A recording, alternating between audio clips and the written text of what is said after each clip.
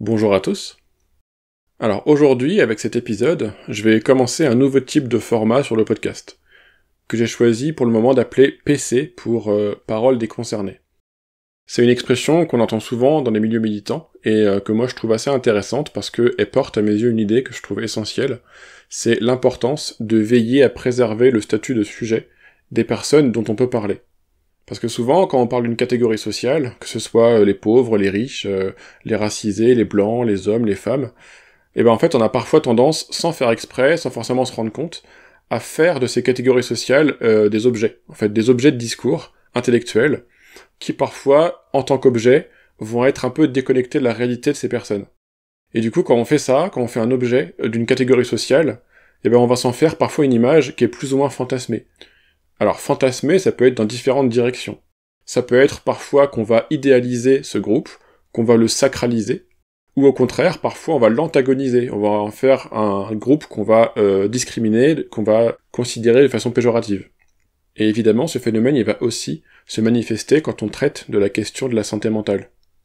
D'un côté, on va pouvoir observer sur les réseaux virtuels la façon dont certains diagnostics ils vont être utilisés, un peu comme des étendards, et généralement, en tout cas c'est un truc que j'observe fréquemment, en stigmatisant au passage la norme, qu'on va qualifier avec un certain mépris de normie, de neurotypique, etc. Et d'un autre côté, les concepts de la santé mentale, en fait, ils vont être utilisés aussi par une grande majorité de personnes, y compris par des soignants, parfois pour propager, consciemment ou pas, des stéréotypes qui participent justement à la stigmatisation de la maladie psychique. Il y a plein de diagnostics comme ça en psychiatrie qui vont être récupérés en langage populaire pour en faire des insultes. C'est-à-dire en faire des armes pour blesser et dévaloriser les autres, en fait. Quand on va dire à quelqu'un, voilà, lui c'est vraiment un autiste, ah mais toi t'es pas un peu hystérique, ou qu'on va traiter quelqu'un de schizo. En fait, ces phénomènes d'étiquetage et de déshumanisation des catégories sociales, ça pose pas mal de problèmes. Et notamment, ça va générer des mécanismes de violence collective. Et parce que ces mécanismes de violence collective sont un peu au cœur du projet MetaSelf, même si c'est pas explicite, ça me paraissait assez évident que consacrer un format spécifique pour mettre en valeur le vécu de personnes qui sont concernées par la maladie psychique, sur la façon dont elles peuvent le vivre dans leur corps au quotidien, en tant que ces personnes sont des sujets, ça me paraissait assez essentiel. Du coup, on va inaugurer ce nouveau format avec Sarah, qui va nous parler de son parcours, de son expérience, et vous verrez, elle le fait avec beaucoup de clarté, et c'est hyper intéressant à écouter. Donc je vous souhaite une bonne écoute, et on se retrouve à la fin pour une petite conclusion.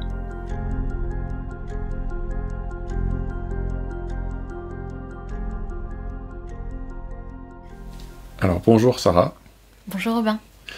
Je suis content d'avoir le privilège de t'écouter aujourd'hui, donc tu vas nous parler un peu de ton parcours, de comment tu as pu construire, évoluer, avancer, malgré ce que tu vas nous raconter comme expérience autour de la souffrance psychique, la maladie psychique, etc. Merci de me donner la parole déjà, c'est très, très important je pense ce qu'on va évoquer aujourd'hui, donc merci. Avec joie. Alors, pour commencer, est-ce que tu veux te présenter rapidement, nous dire qui tu es? Oui, donc je suis Sarah, j'ai 28 ans. Et je suis psychologue clinicienne spécialisée en neuropsychologie. J'exerce en psychiatrie, adulte essentiellement, et je suis aussi un être humain qui compose avec un trouble psychique. On aura l'occasion d'en parler plus en avant au fil de ce podcast. Ok. Est-ce que tu veux nous parler un peu de ton expérience avec la pathologie psychique, les maladies, la souffrance Oui, tout à fait. Alors déjà, ce qui est assez important, je pense, de soulever, c'est que mon expérience avec la pathologie psychiatrique, ça a commencé avec une errance diagnostique et médicale assez importante, qui a, je pense, impacté au départ la qualité de la prise en soins dont j'ai pu bénéficier. Au départ, alors déjà, j'ai fait un cursus universitaire assez long, et ça a commencé à se corser lorsque j'étais en licence de psychologie, donc. Et en fait, j'avais des phases où mon humeur était différente. Alors je comprenais pas trop ce qui se passait au départ. Et de fil en aiguille, de fait de mon cursus en psychologie, j'ai commencé à comprendre certains éléments. Je me posais des questions, mais c'était pas forcément très limpide, parce que quand on est dedans et quand ça nous concerne, on n'a pas forcément le recul nécessaire quand ça nous concerne directement. Et comme on dit, les cordonniers sont les plus mal chaussés en quelque sorte. Toujours.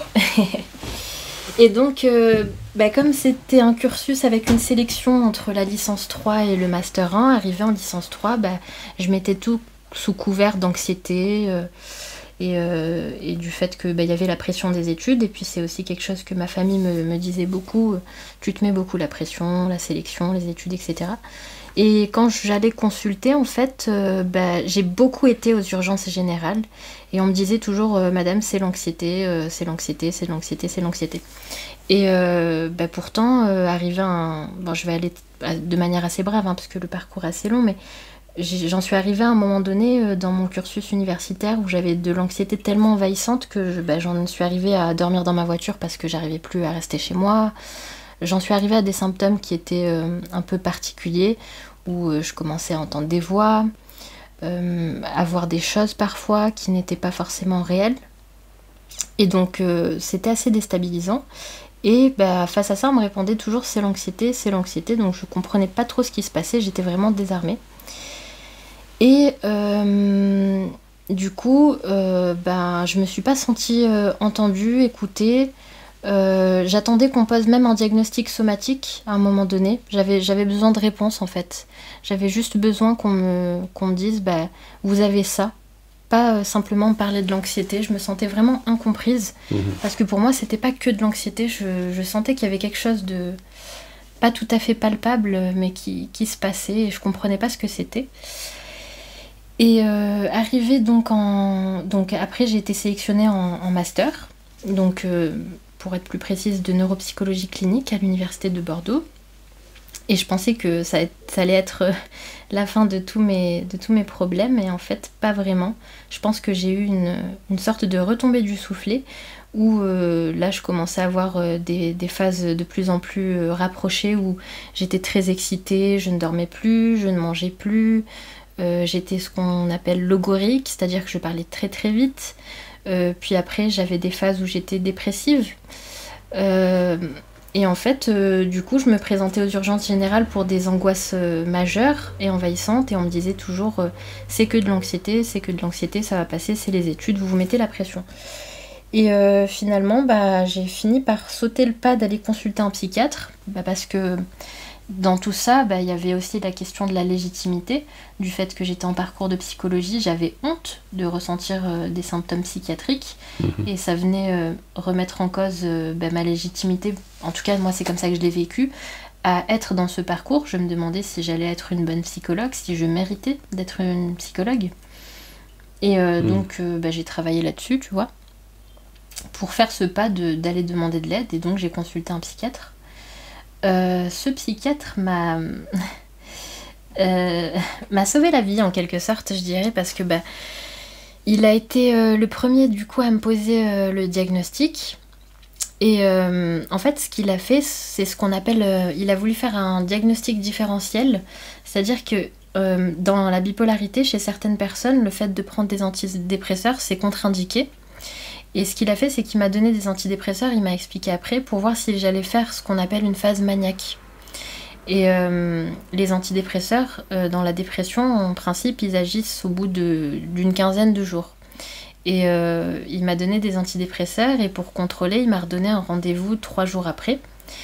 Et je suis revenue dans son bureau en tapant quelques pas de danse, en lui claquant un câlin, en lui faisant la bise et en lui disant « Merci, vous m'avez sauvé la vie, les antidépresseurs, c'est génial, je me sens beaucoup mieux » au bout de 3 jours. Et là, ça a été direction l'hospitalisation. Non, je préfère en rigoler aujourd'hui avec du recul, puisque c'est vrai que ça prête à sourire, mais sur l'instant, c'est pas forcément drôle. Mais bon, du coup, ça lui a permis... pour en revenir à ce que je disais, de se rendre compte qu'effectivement, c'était peut-être plutôt un trouble de l'humeur bipolaire qu'un trouble de l'humeur unipolaire, une dépression classique, comme on dit. Donc voilà. Et puis ensuite, il m'a orientée vers le centre expert bipolaire donc de la ville, où le diagnostic a été confirmé. Et puis, j'ai été suivie de manière assez fluide jusque-là, avec de multiples hospitalisations, mais on reviendra là-dessus. Pourquoi est-ce que tu dis qu'il t'a sauvé la vie ? Parce que par rapport à tous les autres professionnels que j'avais vus, c'est le seul qui a pris le temps de vraiment m'écouter et de comprendre... Enfin, il n'est pas passé sur ces symptômes que je décrivais qui étaient un peu atypiques et particuliers, ces voix que je décrivais, etc. Il est pas passé de manière rapide dessus, il m'a pas prise pour une folle. J'ai déjà eu des personnes aux urgences générales, des internes ou des médecins qui me disaient c'est fou mais c'est juste de l'anxiété, faites pas attention. Donc je me sentais pas vraiment écoutée et lui m'a écoutée, a pris le temps et puis j'ai oublié mais j'avais fait un séjour en psychiatrie avant de le rencontrer lui, d'une semaine je crois ou 2 semaines. C'était dans une unité pour adolescents, jeunes adultes. Et là aussi, on m'avait dit que c'était de l'anxiété. Donc, bon, j'en avais marre, en fait, au bout d'un moment, d'entendre anxiété, et toujours liée aux études systématiquement. C'était ça, de l'anxiété liée aux études, performance d'anxiété, etc. Donc, en fait, ouais, il banalisait un peu la situation, en disant, bah voilà, elle est étudiante, elle est stressée. C'est l'explication la plus probable de dire que ses symptômes s'expliquent par son stress. Et du coup, ils n'ont pas envisagé d'autres hypothèses. Tout à fait. Alors que ce psychiatre-là, il a envisagé une hypothèse qui était peut-être que, en fait, c'était pas juste de l'anxiété, c'était de la bipolarité. Et du coup, cette hypothèse, il n'a pas fait que la formuler, il l'a testée empiriquement. Exactement. Il a donné un traitement pour démontrer par l'expérimentation qu'il y avait une réaction typique d'un syndrome bipolaire, et donc il a pu faire la preuve que c'était pas que de l'anxiété, en fait. Exactement, c'est tout à fait ça. Et donc, je me suis sentie forcément entendue, et puis... Pour moi, comme tu dis, il a voulu tester, donc il a poussé la chose plus loin que de simples hypothèses en surface. Et puis ça s'est confirmé. Donc de fait, il a pu ensuite instaurer un traitement un peu plus adapté. Même si, je dis ça, bien sûr, un traitement un peu plus adapté, c'est pas forcément évident. Il faut trouver les bonnes molécules. Ça prend du temps et en plus moi je suis résistante, j'ai été résistante au traitement un bon bout de temps donc ça a été complexe. Mais tout du moins en tout cas il a pu m'aider de manière plus convenable et m'aider tout court parce que je me suis pas sentie aidée auparavant. Donc là ce qui t'a aidé le plus avec ce psychiatre c'est d'abord l'écoute qu'il a pu te manifester. Tout à fait, exactement. Et poser des mots sur mes mots MAUX. Ouais, en fait il a créé des repères qui ont pu te permettre de donner du sens à ce qui t'arrivait et c'était pas juste un truc flou, c'est devenu plus concret. Voilà, c'est ça. Et je pense que quand... je pense qu'il faut pas mettre les gens dans des cases, ça c'est quelque chose que je trouve pas top. Mais parce que pour moi on navigue tous sur un spectre entre le normal et le pathologique. Je suis plutôt, d'ailleurs même dans ma pratique, quelqu'un qui a une vision... vraiment pas catégorielle de la maladie, mais du coup c'est comment dire, ce que j'ai apprécié en tout cas c'est que il a pu m'aider à me comprendre et à dompter un petit peu ce qui se passait et ce qui pouvait impacter mon fonctionnement au quotidien. Et c'est important quand même, à un moment donné, même s'il ne faut pas se cantonner dans un diagnostic, d'avoir une discussion concrète sur comment on fonctionne et dire oui, il y a un trouble psychique qui peut être invalidant derrière. Bon, après, chacun a le parti pris de dire ou non le diagnostic dans les pratiques professionnelles. C'est un sujet très intéressant d'ailleurs. Mais je pense qu'il faut à un moment donné pouvoir, pour se rétablir... avoir quelques pistes et puis qu'on nous parle un peu plus concrètement de nos symptômes et qu'on pousse en fait. Voilà. Donc tout à l'heure tu as parlé d'approche, tu as dit que j'ai pas une approche catégorielle et donc juste pour clarifier ces trucs là en fait c'est qu'il y a en gros il y en a, c'est sûrement plus complexe, mais il y a au moins 2 façons de concevoir les diagnostics. Il y a fonctionner par catégorie, donc c'est des étiquettes qu'on va coller sur le front de la personne. C'est toi tu es comme ci, toi tu es comme ça, t'es dépressif, bipolaire, borderline, etc. C'est des cases qui permettent d'avoir des repères pour mettre les gens dans ces cases et du coup repérer les symptômes, les syndromes. Ça c'est une approche. Et il y a une approche qui n'est pas catégorielle et qu'on peut appeler une approche dimensionnelle, où du coup, c'est plus des cases, mais c'est des variables. Et on est plus ou moins... En fait, c'est un peu comme des curseurs qu'on va situer entre 0 et 100, entre 0 et 20, pour repérer à quel point certains symptômes sont présents ou pas. Et du coup, on n'est plus dans le fait d'étiqueter, mais plus dans le fait de mesurer des variables et à quel point on est névrosé, à quel point on est anxieux, à quel point on est dépressif, parce qu'on l'est tous plus ou moins, en fait. Personne n'est à 0 partout. Oui, je suis entièrement d'accord, c'est ça, oui. Donc l'idée, c'est d'aller dans quelque chose d'un peu plus fin et d'un peu plus nuancé, que des simples cases oui, non, bien, mal. C'est plus des différents stades de gravité, différents stades d'intensité des symptômes, quoi. C'est tout à fait ça, oui.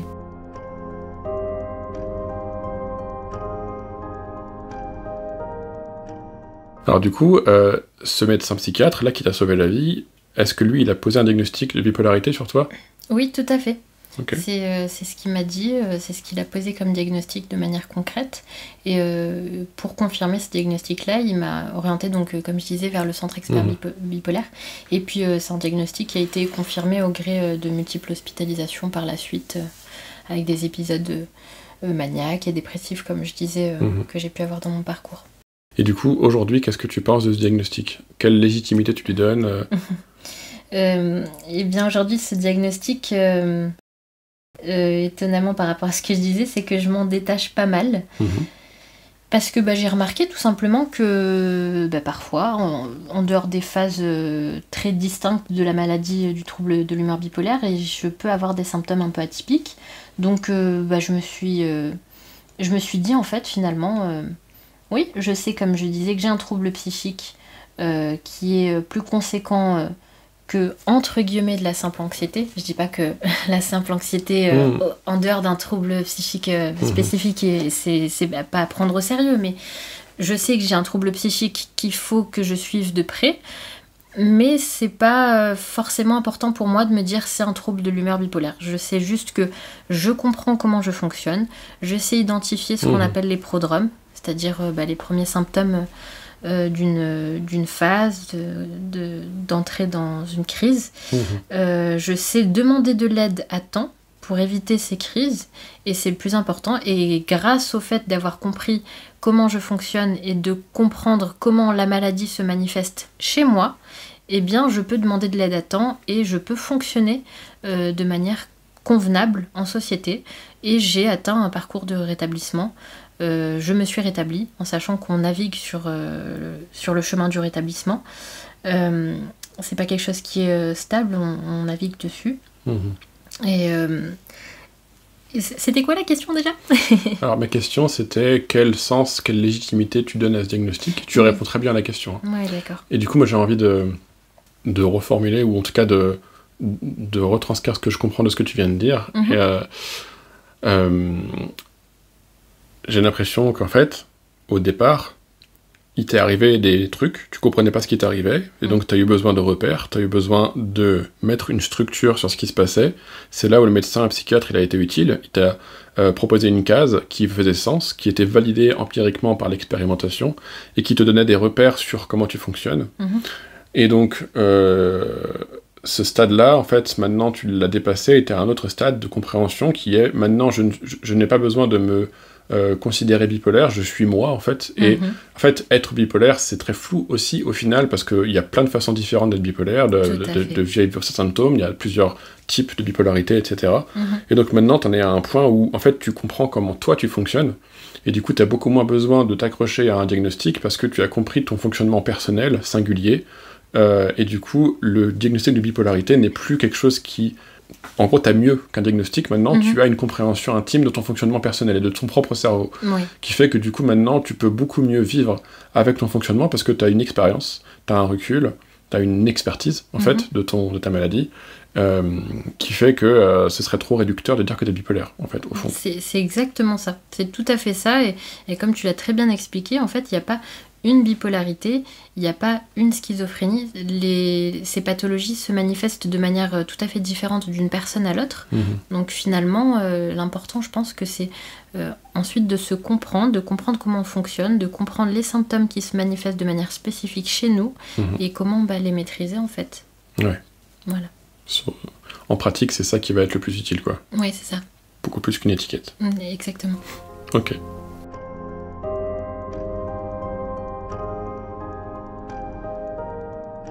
Donc aujourd'hui, tu nous as dit que tu étais neuropsychologue, psychologue clinicienne spécialisée en neuropsy. Est-ce que tu peux nous expliquer c'était quoi l'impact de la souffrance psychique dans ton cursus? Quelles difficultés ça t'a posé? Eh bien, je vais en venir un petit peu à ce que je disais tout à l'heure. C'est vraiment le syndrome de l'imposteur, je dirais. C'était l'impact de la maladie psychique, c'était que j'avais le sentiment de ne pas être à ma place, que c'était pas adapté par rapport à la personne que j'étais. Alors que quand j'ai commencé le cursus en licence 1, licence 2, avant que vraiment tout ça se déclare, j'étais à ma place et j'ai toujours été passionnée par la psychologie. Je veux faire ce métier depuis que je suis au collège d'ailleurs, donc j'ai toujours pensé que je ferais une bonne psychologue. Mes parents me le disaient, ma famille me le disait. Il n'y avait aucun doute là-dessus et mon début de cursus se passait très bien, jusqu'à ce que la maladie se déclare et là, pouf, c'est venu remettre tout en question. C'est comme si j'étais plus Sarah, férue de psychologie, une jeune femme passionnée et peut-être passionnante. J'étais plus que quelqu'un avec un trouble psychique. Ça m'a réduit à ça, en fait. Enfin, je me suis réduit à ça, mais il y a certainement bien des causes qui nous poussent à penser ainsi, notamment la stigmatisation qu'on peut vivre dans la société actuelle. Et en fait, l'impact, oui, voilà, ça a été le syndrome de l'imposteur, le fameux syndrome où on se sent pas à sa place et qu'on se sent pas légitime de faire ce qu'on fait, en fait, essentiellement. Après, il y a eu un impact aussi sur parfois mes résultats, évidemment, et je pense que ça a été plus difficile, du coup, de composer, du coup, un master avec une pathologie, mais j'ai eu des personnes ressources, j'ai eu des ressources et j'ai su à un moment donné, même si ça a été difficile, les identifier et ça m'a permis d'arriver là où j'en suis aujourd'hui. Tu dis que tu as eu des personnes ressources qui t'ont aidé pour, oui. C'était qui ces personnes ressources et comment tu les as identifiées du coup? Eh bien, comment ne pas évoquer ma directrice de master, professeure Antoinette Proutot, qui m'a énormément soutenue. Je pense que si je suis allée au bout de mon master, au-delà de ma famille qui a été très soutenante et qui a toujours cru en moi malgré mes périodes et mes humeurs, vraiment, professeure Antoinette Proutot m'a toujours poussée et dans mes retranchements et dans ma réflexion. Elle m'a montré qu'on pouvait réussir malgré la maladie. Elle m'a montré qu'elle croyait en moi. Et que composer avec un trouble psychique ne nous réduisait pas à notre trouble et qu'on pouvait, au-delà de ça, faire de très belles choses. Et donc, elle m'a toujours, dans les moments où j'étais en difficulté ou dans des phases pas très cool, tendu la main. Et elle a été très compréhensive. Et je pense que ça a été très important parce que quand on compose avec une maladie qui est assez invalidante et qu'on est dans un cursus universitaire assez intense, c'est important quand même que les personnes qui nous entourent et qui nous forment soient en fait au courant. Il ne faut pas avoir honte d'en parler, il ne faut pas avoir honte de demander de l'aide. Et pour ça, en tout cas, je la remercierai toujours énormément. J'évoquerai aussi un professeur que j'ai eu, Kevin Marc Valéry, qui lui aussi m'a beaucoup poussé pour que je finisse ce master et qui m'a montré qu'il fallait pas que je me stigmatise. Et je vous invite vivement à regarder un petit peu les recherches qui sont faites dans le laboratoire de psychologie de l'Université de Bordeaux sur la stigmatisation. C'est vraiment très très bien. Et je pense que je suis tombée vraiment sur le bon master, du coup. Un master axé sur l'évaluation du handicap et la stigmatisation des troubles mentaux. Donc finalement, c'est un peu... j'ai eu un peu de la chance, je suis tombée... C'est cool, du coup, ça doit être d'autant plus... ça a d'autant plus de sens de s'investir là-dedans, quoi. Oui, tout à fait, oui, tout à fait. Et puis, c'est par le biais des mémoires de recherche que j'ai pu faire... qui était axé sur la stigmatisation, justement, ça me permettait, moi, de m'enrichir intellectuellement sur ces notions de stigmatisation, d'autostigmatisation, et du coup, de mieux me comprendre, certes, mais aussi de me déstigmatiser, de me dire, bah, non, en fait, je ne suis pas une maladie, je suis Sarah, étudiante, donc là, à ce moment-là, en master de psychologie, et je compose avec un trouble psychique. S'il y a de la stigmatisation, il y a des raisons, on pourra en parler de manière un peu plus approfondie, mais je ne dois pas m'identifier à ce qui est véhiculé dans la société. Je ne suis pas ce que la société veut nous montrer. Ça, c'est pas parce que la société cherche à te donner honte que tu dois te donner honte toi-même. Exactement. Tu peux être autonome par rapport à la société dans la définition de qui tu es et de la valeur que tu as. Tout à fait. Et ça, c'est hyper important de l'intégrer. Mm-hmm.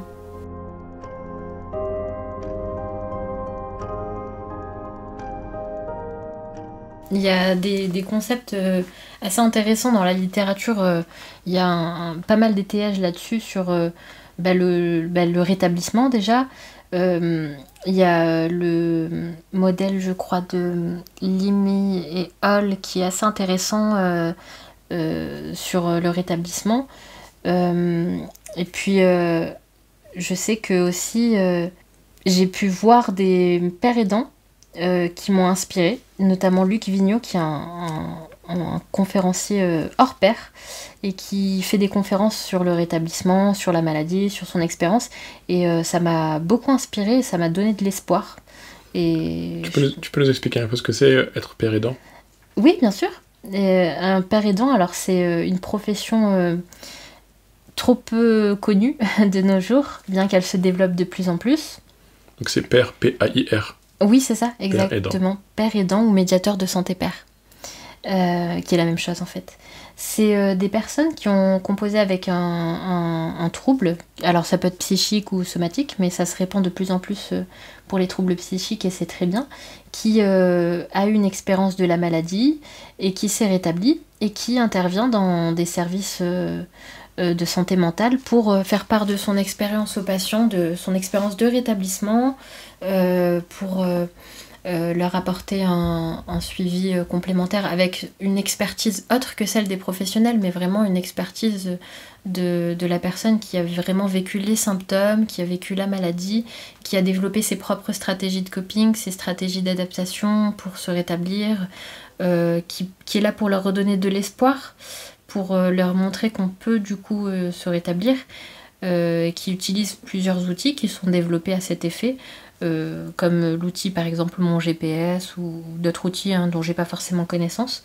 Donc voilà, c'est ça, un médiateur de santé père aidant. Et donc du coup, pendant ton cursus, pendant ton stage ou au travail, toi tu as côtoyé des pères aidants, des médiateurs de santé père. Oui. Est-ce que tu peux nous parler un peu de l'expérience que tu as eue avec, de comment ça fonctionne Oui, alors j'en ai eu une expérience assez ambivalente. Alors déjà, moi, c'est vraiment une profession que je trouve très importante parce que qui mieux que les patients peuvent expliquer ce que c'est que la maladie.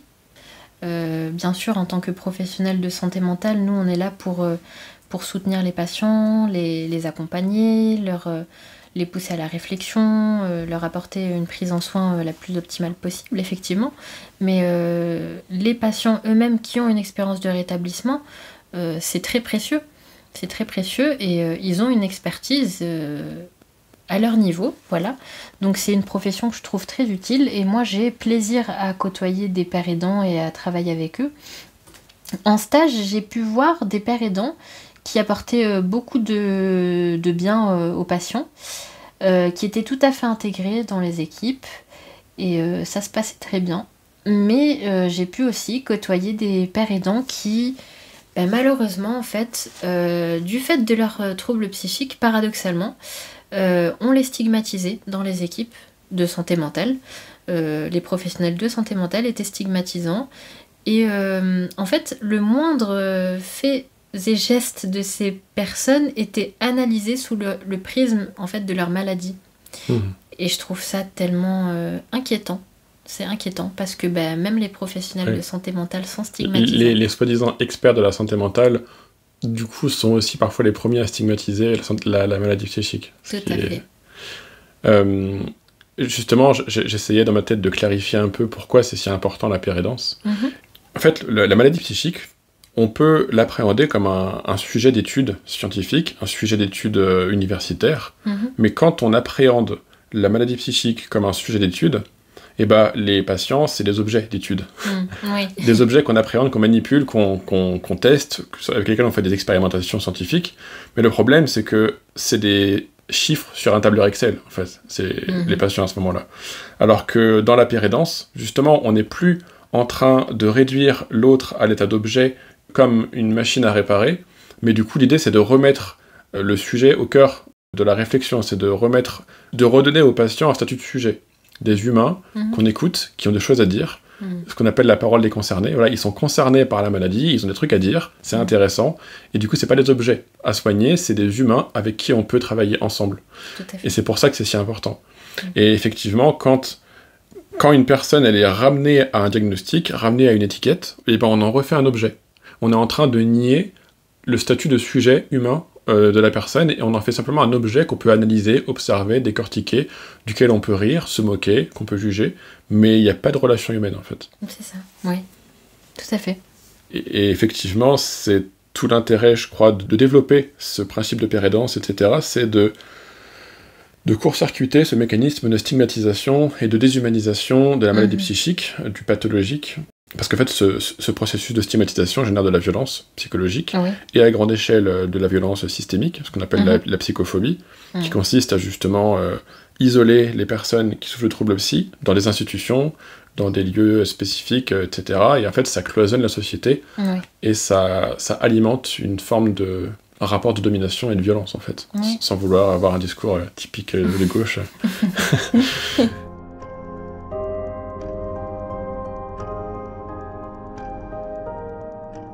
Du coup, comment est-ce que toi tu comprends ce mécanisme de stigmatisation ? Pourquoi est-ce que les pérédants ont été stigmatisés parfois dans ton expérience ? Tu veux dire de la part des professionnels de santé mentale en particulier ? Comment tu expliques ça ? Pourquoi même des soignants font ça, d'après toi ? Je pense que, en fait, même les soignants font ça parce que je pense que c'est de la peur. Je pense que déjà la stigmatisation, de toute façon, c'est la peur de l'inconnu, la peur de l'autre, la peur de ce qu'on ne comprend pas, de ce qui sort de nos habitudes, de notre zone de confort. Et en fait, chez les professionnels de santé mentale, je pense, c'est qu'une hypothèse en surface comme ça, et ce que j'ai pu m'en dire, mais c'est le fait que les professionnels de santé mentale se disent finalement qu'ils ne sont pas immunisés, et que même eux peuvent être victimes entre guillemets, peuvent faire l'expérience de la maladie mentale en fait, puisqu'il y a des personnes qui sont dans les services de soins de santé mentale en tant que professionnels et qui ont un trouble psychique. Donc finalement, peut-être que c'est de la peur de se dire oui, moi aussi peut-être que ça peut m'arriver, j'ai pas envie de ça, donc du coup ils sont stigmatisants envers les pères aidants ou pas forcément des pères aidants. Même si moi je l'exprimais, je pourrais vivre de la stigmatisation, je pense de manière aisée. Donc je pense qu'il y a ça, et puis je pense que c'est le fait de voir tout sous le prisme de la maladie systématiquement en fait. C'est l'essentialisation en fait. Voilà. On réduit la personne à une caractéristique parmi beaucoup d'autres, et on fait comme si les autres caractéristiques étaient négligeables, ou ça simplifie le monde pour pouvoir économiser de l'énergie, quoi. C'est surtout ça, oui. Ce que tu dis, ça me rappelle un bouquin de Vincent Pallard qui s'appelle Chronique d'un éducateur devenu usager. C'est un livre de quelqu'un qui a été d'abord éducateur spécialisé, puis qui est devenu patient hospitalisé en psychiatrie. Et qui a expliqué justement à quel point il avait senti ce mur créé par les soignants, par la société, entre d'un côté la maladie et d'un côté les gens qui seraient non malades. Il y aurait cette espèce de ségrégation, de séparation. Et effectivement, ce mur-là, il est entretenu par, comme tu dis, la peur, qui est la peur que la maladie, ce soit pas juste un truc qui arrive aux autres, mais que ça puisse m'arriver à moi aussi. Et en fait, ça, je veux pas le voir parce que ça m'embête, parce que c'est angoissant, cette idée que je ne suis pas à l'abri forcément de la souffrance, de la maladie, du deuil, d'un accident, un accident de moto, voilà, mon mari, il est mort, voilà. Et pareil avec les symptômes, etc. Souvent, on préfère mettre sous le tapis les choses et faire comme si ça n'existait pas. On parle pas d'inceste, on parle pas des violences, on parle pas de tout ça. Et effectivement, j'ai l'impression que cette stigmatisation est une façon de bien faire la différence entre lui et moi. On n'est pas pareil. C'est ça. On est différents. Et donc ça va, je suis en sécurité, je suis derrière le mur, et du coup je ne suis pas en danger moi aussi d'être atteint de la souffrance. Et effectivement, c'est pour ça qu'on parle de psychophobie. C'est une peur irrationnelle de ce qui s'apparenterait à une souffrance psychique. Il y a un truc que je voulais dire que je ne vais pas oublier. Oui, tu disais la folie. C'est un terme que j'aime bien utiliser pour le déconstruire. J'aime bien définir la folie comme ce que je ne comprends pas chez l'autre, ou chez moi. En fait, quelqu'un de fou, c'est simplement quelqu'un dont je ne comprends pas le fonctionnement. Mais à partir du moment où je comprends les mécanismes, les règles émotionnelles du fonctionnement de la personne, c'est plus de la folie, c'est un fonctionnement qui peut-être génère un handicap, peut-être génère un avantage, ou un privilège peut-être, mais en tout cas, ce fonctionnement, il peut souvent être modélisé, être compris, et du coup ne plus relever d'un truc mystérieux et abstrait qu'on appellera de la folie, mais simplement un fonctionnement, une atypie, la neurodiversité, je sais pas. Et justement, souvent, quand je ne comprends pas, je vais juger, en fait. Et quand je juge, souvent, ça va être un jugement négatif, ça va être un stigmate, en fait. Et effectivement, souvent, ça en dit plus de l'ignorance et de la peur de l'inconnu des gens que de la réalité de l'autre, en fait. Et je pense qu'en fait, on parle des soignants comme des experts de la santé mentale. Dans la réalité, je constate personnellement en tant que soignant que il suffit pas d'avoir fait 3 ans d'école d'infirmière ou 5 ans de fac de psycho pour être expert de la santé mentale, en fait. Il y a beaucoup de gens qui, après un cursus, en fait, ont encore d'énormes lacunes et d'énormes stéréotypes et d'énormes préjugés, parce qu'en fait, on peut très bien obtenir un master sans avoir eu besoin de remettre en question ses préjugés et ses a priori, et en fait, se dire « Ah, moi, je veux pas travailler avec ces gens-là, parce que ces gens-là, ils sont horribles, je veux pas travailler... » Et en fait, au fond, un master, un diplôme ne protège pas contre la violence, enfin n'immunise pas contre la violence, la bêtise, l'ignorance. Oui, tout à fait. Et justement, c'est tout l'intérêt aussi de mettre en avant la parole de gens concernés, de pères aidants, etc., de personnes qui savent ce que c'est de l'intérieur de la maladie pour justement compléter, entre guillemets, l'expertise universitaire et académique avec une expertise du terrain, du vécu, dans les tripes, qui remplacera jamais le savoir théorique, en fait. Oui, tout à fait.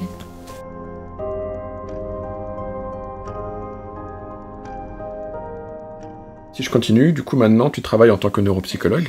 Oui. Est-ce qu'en 2 mots, tu peux nous expliquer ce que c'est un neuropsychologue et en quoi c'est différent d'un psychologue clinicien classique ? Qu'est-ce qui est spécifique à la neuro ? Neuropsychologue, c'est un peu, si je puis dire, un abus de langage en quelque sorte. En fait, on est psychologue clinicien spécialisé en neuropsychologie.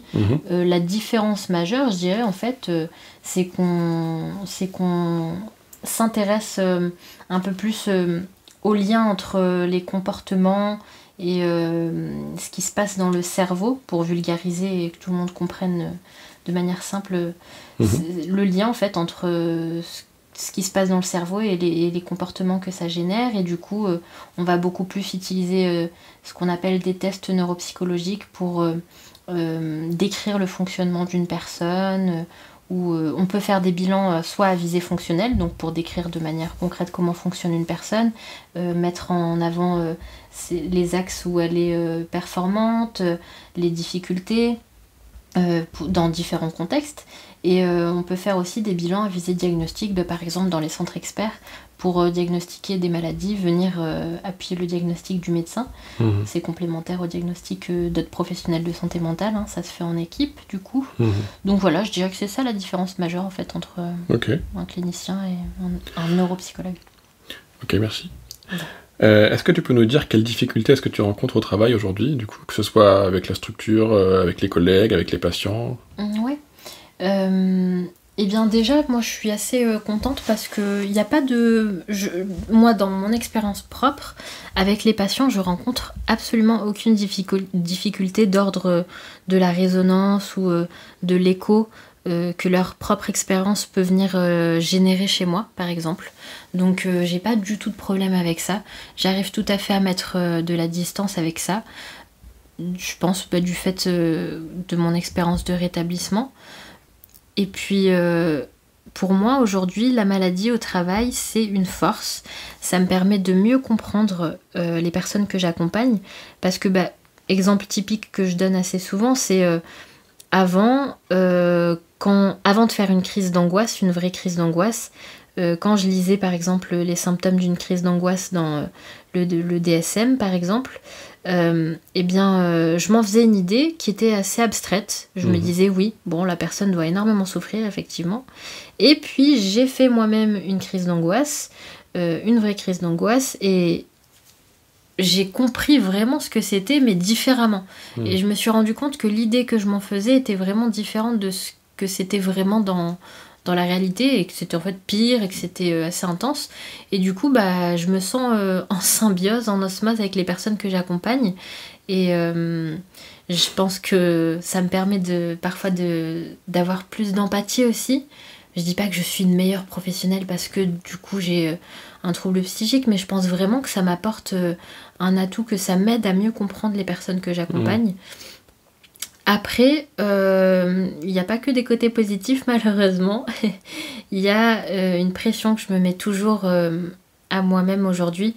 C'est cette pression de me dire, ouais, j'ai un trouble psychique. Il m'arrive des fois d'avoir des petites phases où je décompense. Heureusement, je l'expliquais, j'arrive à demander de l'aide à temps. Donc je fais des petits séjours de repos de manière très très espacée maintenant, fort heureusement. Très très très espacée. Mais ça arrive toujours que j'ai besoin de tendre la main. Et du coup, j'ai peur que ça se remarque ou qu'on vienne me juger, du coup, qu'on vienne me stigmatiser du fait de ma maladie et qu'on vienne remettre en cause mes compétences. Mais ça, c'est juste moi et moi-même, puisque le retour que j'ai, c'est que des retours positifs, en fait, finalement, des personnes avec qui je travaille ou des patients. Mais en fait, la stigmatisation est encore beaucoup trop présente. Et même si j'ai beaucoup travaillé là-dessus et que j'y travaille encore, il y a des périodes où ça va, je me stigmatise pas, d'autres périodes où je me stigmatise. Ça dépend en fait. Je trouve que c'est assez variable avec le temps, c'est assez variable avec mes lectures, avec les reportages sur lesquels je peux tomber en fait. Ça dépend de ce qui se présente à moi et ce qui vient remettre en question ma vision de la maladie mentale. Moi, j'ai l'impression que, de façon générale, dans la discrimination, la stigmatisation, c'est souvent plus facile pour les gens de discriminer et de stigmatiser des catégories abstraites de population que des vrais gens qui sont sous les yeux. Typiquement, tu vois, c'est beaucoup plus facile pour des gens de la France profonde qui vivent dans la campagne d'être racistes et de dire « Ah là là, les Arabes, faudra tous les mettre dehors », parce qu'ils en voient jamais au quotidien. Et du coup, ils en côtoient pas, ils n'ont pas l'occasion d'interagir avec eux, de voir que c'est des humains, et qu'en fait, on peut très bien s'entendre et communiquer aussi, ça existe, c'est possible. Et du coup, ils vont relationner et rejeter une catégorie abstraite, et pas des vrais gens. Alors que quand ils sont amenés à côtoyer des vrais gens, en fait, ils vont se rendre compte que dans le quotidien, voilà, si juste tu fais un barbecue, etc., en fait, au fond, c'est juste des humains, quoi, quelque part.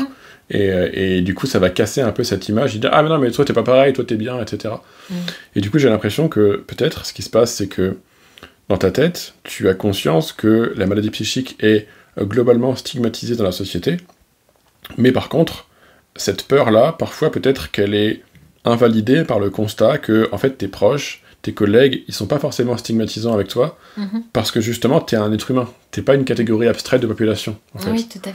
Et du coup, peut-être que, justement, c'est intéressant de se dire que le stigmate, il est général, global, mais quand on est en vraie relation avec des vrais gens, peut-être que ces catégories abstraites, elles peuvent aussi être mises en arrière-plan, et en fait, la relation humaine est plus importante, peut-être. Oui, absolument. Après, c'est intéressant, cet aller-retour dont tu parles, entre des fois je me stigmatise pas, des fois je me stigmatise, etc. Parce que moi, là où j'en suis dans ma compréhension des enjeux autour de la honte, etc. en clinique, j'ai l'impression, en tout cas c'est un axe que j'ai de travail, c'est que pour travailler sur la honte, en fait, il faut cheminer sur un continuum qui va de la honte à la fierté. Et du coup, l'enjeu, ce que je te poserai comme question, c'est est-ce que ça t'arrive par moment d'être fier de qui tu es ? Oui. C'est difficile comme question. En fait, c'est pas que c'est difficile comme question, c'est que ça peut être paradoxal avec ce que je disais précédemment, et que on peut avoir honte de le dire, mais oui, je suis fière de moi. Et il y a des fois où tout simplement je me pose et je me dis waouh, j'ai eu un sacré parcours quand même. Et je peux être fière de m'être accrochée et d'avoir réussi à en arriver là où j'en suis aujourd'hui. J'en ai conscience. Ma famille me le rappelle. Mon mari me le dit régulièrement. Donc ouais, j'en ai conscience et j'ai de la fierté pour moi-même. Mais c'est malgré tout pas toujours évident. Ouais.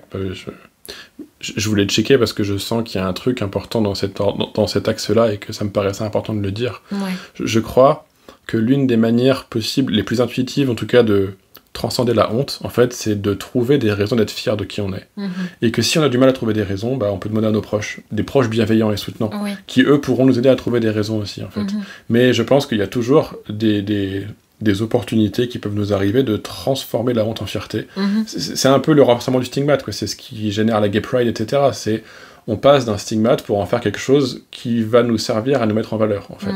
Et de la même manière, tu vois là, la maladie psychique, à la base, c'est quelque chose dont tu avais honte à la fac, etc. Après ta licence, c'était difficile, et maintenant que tu vois que tu as pu, malgré tout ça, malgré ces difficultés, te battre, persévérer, avoir ton master, travailler, en fait, je pense que tu as largement de quoi trouver des raisons d'être fier, en fait. Merci. Parce que c'est une victoire, quelque part, et c'est inspirant. Et ça, c'est cool. Oui, tout à fait. Et je pense que c'est important que même si la société stigmatise la maladie psychique, même si des gens te disent « Ah, tu devrais avoir honte », que tu puisses te souvenir que ça, c'est qu'un discours et que c'est pas la réalité. Et que la réalité, c'est que tu es libre de pouvoir trouver de la valeur dans qui tu es et d'en être fier, en fait. Et que ce soit toi ou les autres, ou ceux qui écoutent, c'est important de se souvenir de ça, quoi. Oui, tout à fait. Que entre toi et toi, tu peux vivre de la fierté. Peu importe ce que les autres disent, en fait. Peu importe ce que le reste de l'humanité peut penser. Oui, tout à fait. Et c'est pour ça que j'ai tenu à prendre la parole sur la stigmatisation, sur mon parcours aujourd'hui.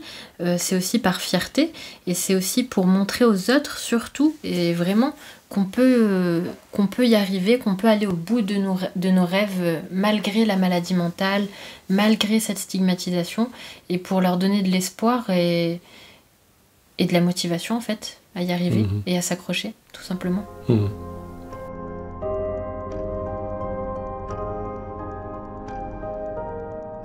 Ce qui t'aide le plus aujourd'hui, du coup, pour vivre avec ces symptômes, cette pathologie, c'est quoi? Est-ce que tu dirais que c'est certaines personnes, c'est des personnes ressources? Est-ce que c'est d'autres choses que des personnes ressources aussi? C'est des personnes ressources, c'est le fait d'être dans un environnement de travail qui est cool. J'ai quand même de la chance d'avoir un poste où je me plais, donc du coup c'est assez confortable. Et je me sens épanouie au quotidien. C'est vrai qu'on passe beaucoup de temps au travail quand même. Donc avec la façon dont moi je fonctionne, par exemple le fait que je peux être sensible au stress, bien que je le gère maintenant très bien, il faut pas non plus qu'il y ait une dose de stress trop... Enfin, il faut pas que je sois dans un environnement malsain. Je me connais, voilà. Il faut pas que je sois dans un environnement qui soit malsain ou toxique, avec des personnes ou une hiérarchie qui soit par exemple tyrannique, voilà. Donc voilà, j'ai quand même un travail épanouissant, j'ai une vie de famille épanouie, donc voilà, c'est que je me suis quand même bien insérée. Maintenant je suis une femme mariée et comblée, j'attends un enfant, donc en fait j'ai une vie normale, j'ai une vie tout à fait normale malgré la maladie. C'est intéressant de le dire comme ça, effectivement. On peut avoir des troubles psy et avoir une vie normale. Tout à fait. C'est possible. Ah ouais, non, mais c'est intéressant. Est-ce que tu peux nous dire ce que tu aurais envie de voir évoluer dans notre société avec le temps? Et qu'est-ce qu'on pourrait faire à notre échelle pour contribuer à cette évolution? Oh, énormément de choses. Déjà, j'aimerais beaucoup que les professionnels de santé mentale fassent l'effort de travailler sur leur peur. Prennent le temps eux-mêmes d'aller consulter, pas forcément parce que ça va pas, mais pour mieux se comprendre, qu'ils fassent un peu plus d'efforts pour aller vers les patients, pour discuter aussi parfois de manière informelle avec les patients, qu'il y ait un contact un peu plus régulier avec eux. au-delà de cette asymétrie qui peut exister, professionnel tout-puissant versus patient qui est assez encore présente dans beaucoup d'institutions. J'aimerais qu'il n'y ait plus de stigmatisation, évidemment, dans un monde meilleur. J'aimerais que toutes les personnes qui ont un trouble psychique puissent croire en leur rétablissement, qu'elles trouvent des personnes qui leur fassent croire en leur rétablissement. Voilà. Ce serait déjà pas mal, je pense. Ouais. L'impression que j'ai, c'est que le piège dans lequel peuvent tomber beaucoup de soignants, c'est de croire que ce sont eux qui aident les patients et que c'est à sens unique. Et je pense que c'est une erreur et que c'est une erreur qui peut être dommageable pour beaucoup de gens, y compris pour eux-mêmes. Et l'impression que j'ai, en tout cas moi en tant que soignant, ce qui me fait kiffer et qui a l'air aussi de contribuer à avoir des meilleures relations avec les patients que je peux accompagner, c'est que j'ai conscience de ce que les patients m'apportent. Et j'ai de la gratitude pour ce que les patients m'apportent et ce que je peux apprendre et ce qui me nourrit dans le lien et le temps que je passe avec les patients. Et du coup, j'ai pas le sentiment d'être une bonne âme généreuse qui va donner de mon temps aux patients parce que je suis gentil et que je suis altruiste. Non, je retire autant que ce que les patients retirent des interactions qu'on a, et je me nourris autant que quelque part. Et du coup, c'est pas quelque chose qui va de moi vers eux, c'est quelque chose qui va dans les deux sens, qui circule. Et du coup, parce que j'ai conscience de ça, je me mets pas au-dessus des patients. Je suis avec eux dans une logique horizontale, et du coup, on s'enrichit ensemble. Je suis pas moi en train de leur donner de la richesse. Je suis en train de m'enrichir pendant que eux s'enrichissent aussi, en fait. Oui, je comprends. Et je trouve que c'est hyper important, justement, de passer d'une culture de l'aide à une culture de l'entraide, justement. Oui. Où l'aide, elle va dans les deux sens. Et au minimum, les patients donnent du sens à la vie des soignants. Parce que sans les patients, il n'y a pas de soignants.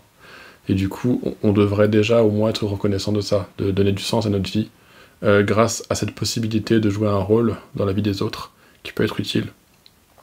Rien que ça, c'est pas négligeable. Oui, tout à fait. Oui. Et je pense qu'effectivement, c'est important qu'en tant que soignant, on puisse descendre du piédestal sur lequel on peut se visser et se souvenir qu'au fond, on n'est que des humains et qu'au fond, en fait, on n'y connaît rien. Et que la santé mentale, on en a beau être en 2024, en fait, on n'y comprend pas grand-chose, au fond. Et qu'on est là pour apprendre et pour vivre des expériences. Une phrase que je dis souvent aux personnes que j'accompagne et qui me remercient de les aider, c'est vous m'aidez à vous aider. C'est, comme tu disais, c'est un travail de co-construction, en fait. C'est un travail qui se fait à deux et on est une équipe. Ouais. Soignants et personnes accompagnées. Et les patients travaillent aussi dans le processus.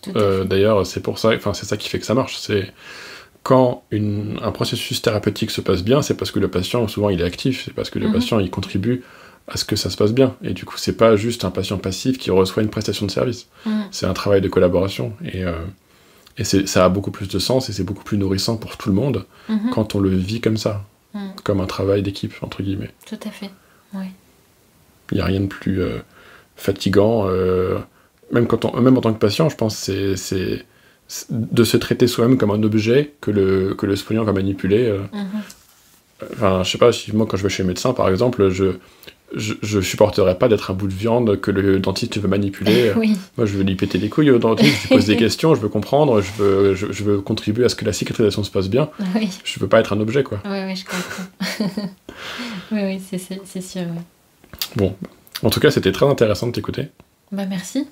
Merci de m'avoir écouté, de m'avoir offert cet espace de parole. C'était vraiment important pour moi. Oui, je trouve ça très clair, très nourrissant, et j'espère que ça inspirera d'autres gens, et que ça pourra justement montrer que ce genre de parcours existe. Et...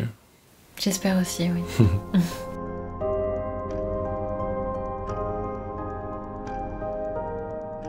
Voilà, c'était le premier épisode sur la parole des concernés. Vu que c'est le premier épisode de ce format-là, ça m'intéresserait d'autant plus d'avoir des retours de la part de vous, qui venez d'écouter l'épisode. Et oui, toi là, c'est bien à toi que je parle, qui est en train d'écouter à cette seconde. Pas juste aux autres, mais à toi aussi. N'hésitez pas à commenter pour donner un feedback, ou m'en parler en MP si vous préférez. Dans tous les cas, je vais probablement continuer à donner la parole à d'autres personnes, ne serait-ce que parce que moi ça m'intéresse en fait pour commencer d'entendre ce genre de discours. Mais après, si je peux au passage améliorer le contenu, sur le fond et sur la forme, c'est encore mieux. Donc, en attendant le prochain épisode, prenez soin de vous et des autres, en allant là où c'est vivant.